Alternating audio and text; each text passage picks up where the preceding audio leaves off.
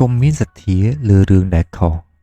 បន្តពីរឿងរ៉ាវនៅក្នុងមេរៀនមុនដែលថារឿងដែលយើងត្រូវប្រុងប្រយ័ត្នក្នុងការជឿជាក់ឬសទ្ធាលើអ្វីមួយនោះក្រៅពីមិនត្រូវមានសទ្ធាបែបខុសដោយប្រាសចាកពីការយល់ដឹងហើយយើងត្រូវប្រុងប្រយ័ត្នកុំឲ្យខ្លួនឯងវង្វេងទៅនឹងរឿងដែលខុសរឿងដែលពុំត្រឹមត្រូវឬវង្វេងក្នុងភាពអវិជ្ជមានជាដាច់ខាតប្រការដំបូងគឺការវង្វេងនិងសទ្ធាលើរឿងជោគជតាច្រើនខ្លាំងពេករបៀបជាគ្រូទាយឬអ្នកដែលចូលរូបដែលចាំទាយដួងជាតាកាមរបស់មនុស្សដែលតាមពិតការស្ដាប់ទៅជាម្ខាងទុកទៅជាម្ខាងដើម្បីសាងបំពេញឲ្យគ្រប់ជ្រុងជ្រោយនិងប្រយ័ត្នខ្លួននោះមិនមែនជារឿងខុសទេតែបើយើងឆ្លក់វង្វេងដល់ថ្នាក់ជឿលើដួងជាតាគ្រប់រឿងរហូតធ្វើនៅរឿងដែលខុសឆ្គងពេលនោះយើងក៏ត្រូវទទួលផលពីការជឿលើសទ្ធាដែលមិនត្រឹមត្រូវនោះដោយបដិសេធមិនបានប្រការបន្តមកទៀតគឺការឆ្លុះវង្វេងនិងវិជ្ជាមន្តអាគមអវិជ្ជាការព្យាយាមកែប្រែដួងជាតាដោយមន្តអាគមដូចជាការធ្វើអំពើដោះគ្រោះការធ្វើដំណើរទៅក្រាបសំពះសែនដើម្បីកែប្រែដួងជាតាជាដើមមិនធ្វើទេបើធ្វើទៅសប្បាយចិត្តហើយធ្វើបានល្អរមែងមិនកើតជាទោសឡើយប៉ុន្តែអ្នកខ្លះដល់ថ្នាក់មិនព្រមធ្វើអ្វីសោះឡើយក្រៅពីការតាំងចិត្តធ្វើអំពើរំដោះគ្រោះកម្មតាមយ៉ាងប៉ុណ្ណោះដូចជាពេលដែលត្រូវបានគេទាយថានឹងត្រូវគេដេញចេញអំពីការងារជំនួសការដែលប្រញាប់កែប្រែដោយមានហេតុផលនោះគឺត្រូវប្រញាប់ធ្វើការឲ្យល្អឲ្យក្រុមហ៊ុនឃើញថាយើងជាបុគ្គលិកដែលមានតម្លៃគេនឹងមិនដេញយើងចេញតែយើងបែរជាគ្រូទាយព្យាយាមរត់រកកន្លែងបន់រហូតមិនបានធ្វើការគិតតែពីសុំឈប់ទៅធ្វើពិធីតាមកន្លែងផ្សេងទីបំផុតយើងមិនបានធ្វើការងារយ៉ាងពេញទំហឹងរមែងក្រុមហ៊ុនណាឲ្យយើងធ្វើការតទៅទៀតការមានសទ្ធាលើរឿងដែលខុសគឺការពង្វេងសទ្ធាលើរឿងដែលពុំបានជួយយើងឬប៉ះពាល់ដល់ជីវិតរបស់យើងយ៉ាងពិតប្រាកដព្រោះអ្នកដែលក្តៅក្តាប់ជាតាជីវិតពិតប្រាកដគឺយើងខ្លួនឯងមិនមែនអ្នកណាផ្សេងឡើយគួររំលឹកជានិច្ចថារឿងដែលយើងគួរតែមានសទ្ធាគឺរឿងដែលមានហេតុផលនិងជឿជាក់បាន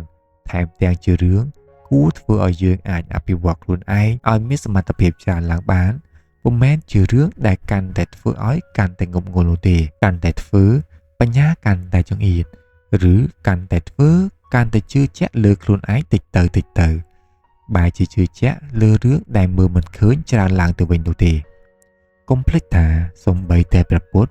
ក៏ទ្រង់ទូន្មានឲ្យមនុស្សយល់ដឹងនិងសិក្សាអំពីការអភិវឌ្ឍខ្លួនឲ្យទៅជាមនុស្សដែលជឿជាក់លើខ្លួនឯង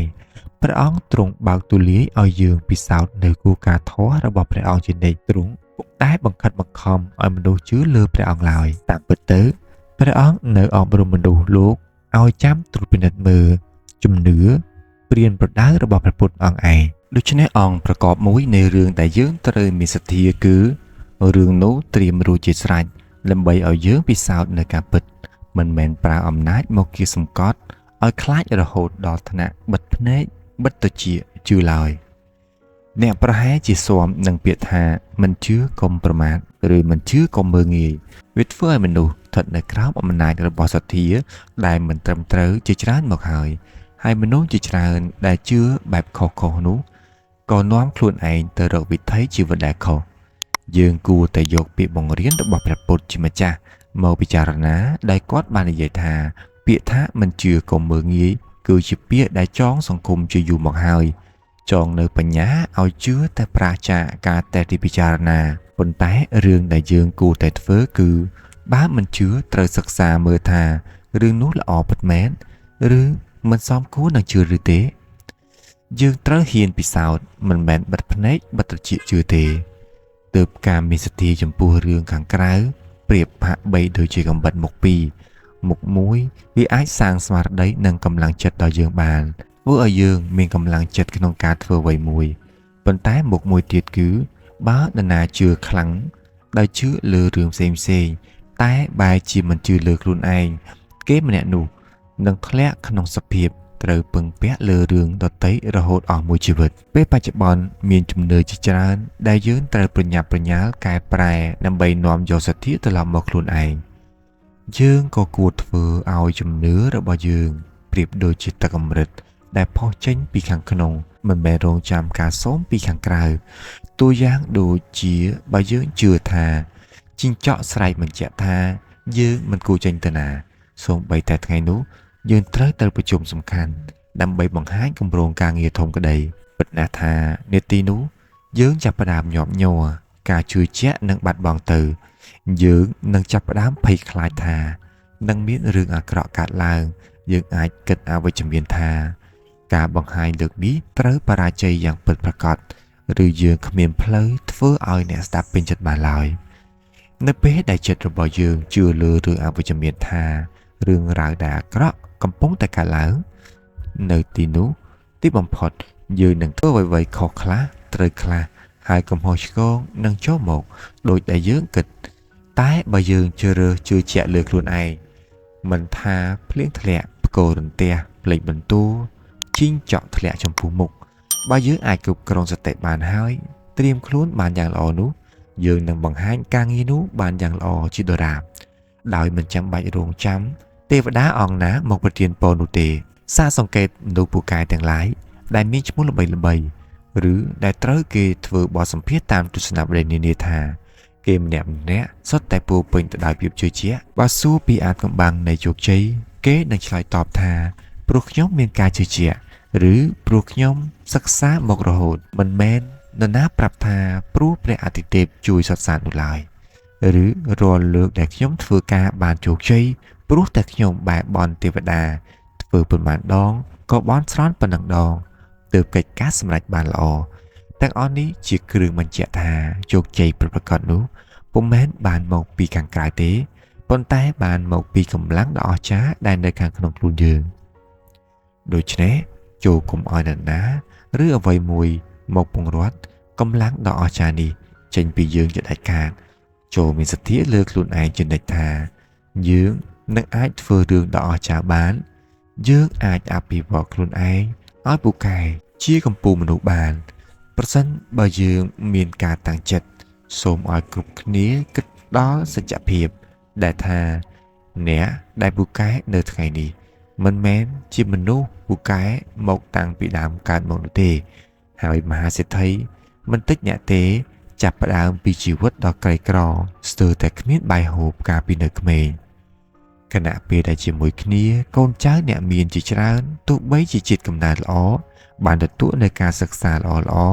ប៉ុន្តែក៏មិនតិចអ្នកទេដែលធ្វើខ្លួនមិនល្អ